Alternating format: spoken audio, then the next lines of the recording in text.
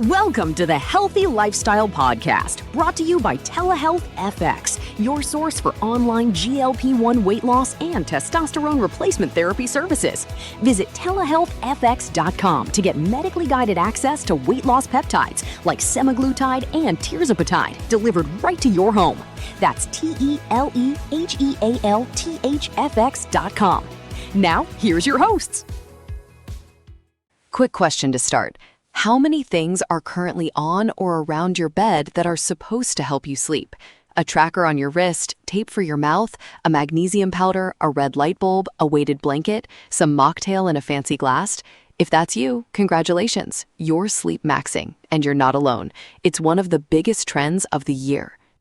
Billions of views. And look, I get the appeal completely. Sleep is the one thing everybody wants more of and almost nobody feels great about. So the internet swoops in with 100 gadgets promising to fix it. But here's where we have to be honest today. Yeah, this one's different from our maxing episodes on fiber and protein, because Sleepmaxxing, as a whole package, has basically never been studied. Harvard Health actually pointed out that if you search the medical databases for Sleepmaxxing, you get nothing. It's not a real tested thing. What we do have is good evidence on the individual pieces, and one sleep doctor at Duke described the whole trend as sleep hygiene on steroids, which I think is perfect. At its best, it's just good old sleep advice with better lighting and a ring light. At its worst, it turns sleep into one more thing to obsess over and fail at. So let's do the useful thing and sort it. What actually works, what's borderline, and what might genuinely backfire. And here's the good news up top. The stuff with the strongest evidence is also the cheapest. It's almost annoying how boring it is. The fundamentals. A consistent sleep schedule, meaning you get up around the same time every day. A cool room, a dark room, and some kind of wind down, so you're not going from doom scrolling to lights out in 4 seconds. Those 4 things, consistency, cool, dark, calm, that's the foundation, and they carry basically zero risk because they work with your body's natural sleep biology instead of trying to override it. Add in some morning light and not slamming caffeine at 4 p.m.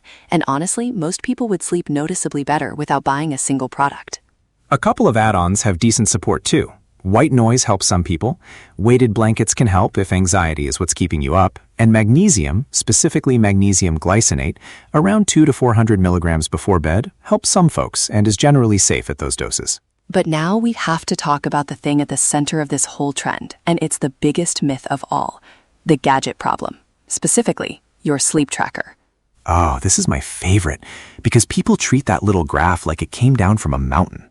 Right. Here's the reality. Those consumer trackers.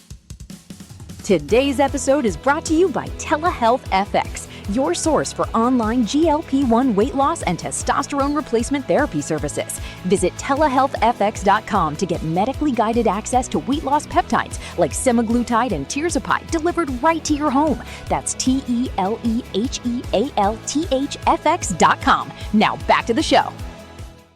Are not medical devices, and validation studies show they're actually pretty poor at telling your sleep stages apart, and poor at knowing when you're awake versus asleep. So that beautiful deep sleep number you're comparing every morning, it's an educated guess at best. And here's the part that genuinely worries sleep doctors. There's a condition they've named orthosomnia.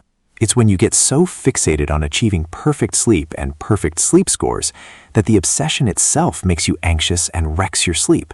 The tool that's supposed to help becomes the reason you're lying there at 2 a.m. stressed about your numbers.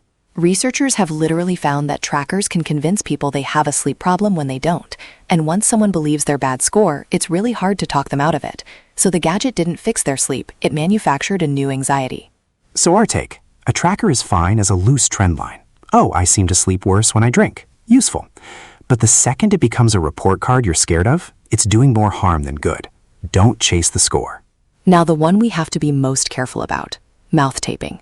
Taping your lips shut at night to force nasal breathing. It's everywhere, and it needs the strongest warning we'll give today. The evidence is genuinely limited. A recent systematic review said as much. But more importantly, it can be risky.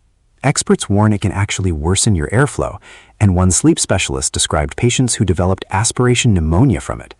And if you have undiagnosed sleep apnea, which a lot of heavy snorers do, taping your mouth shut is exactly the wrong move. So please, if you snore heavily or you think you might have apnea, do not tape your mouth because a video told you to. Get evaluated by a doctor first. This is a real safety issue, not a vibe. Same spirit with supplement stacking. Magnesium on its own, fine. But people are stacking magnesium plus melatonin plus L-theanine plus valerian plus whatever else the algorithm served them that day. That's where you get interactions, next-day grogginess, and dependency. More pills is not more sleep. And that's a good moment for our sponsor. And it actually connects, because poor sleep genuinely makes managing your weight and appetite harder. Today's episode is brought to you by Telehealth Effects. If you're working on weight loss and you want it guided by real clinicians, not guesswork, that's what they do. Medically guided weight loss, built around you. Learn more at telehealtheffects.com. And the reminder we always give, and it matters double on a topic like this. This is educational, not medical advice. We don't know your body or your history. If you snore heavily, if you're taking supplements or medications, or if your sleep is genuinely bad, please talk to your doctor. And for real ongoing insomnia, the gold standard treatment isn't a gadget at all. It's a therapy called CBT for insomnia. Ask a professional about it. Okay, 3 takeaways. 1. The fundamentals win. Consistent wake time, cool, dark, calm. That's where almost all the real proven benefit lives, and it's basically free. 2. Watch the gadget trap. Your tracker isn't a medical device, and obsessing over your sleep score can literally cause the sleep problem you're trying to fix. Use it loosely or not at all. And 3. Some hacks have real risks. Mouth taping and supplement stacking are not harmless.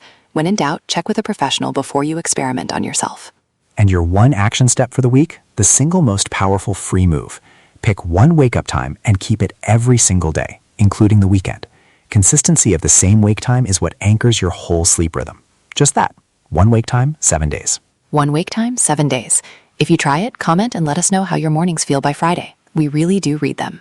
And if you've got a friend who's spending a fortune sleepmaxing and still exhausted, send them this one. It might save them some money and some anxiety. Subscribe so you don't miss what's next. Take care of yourselves, and we will see you next time. Sleep well. See you next time. Thanks for listening.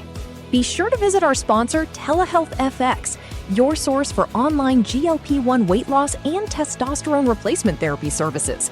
Go to telehealthfx.com to get medically guided access to weight loss peptides like semaglutide and tirzepatide delivered right to your home. That's telehealthfx.com. See you next time.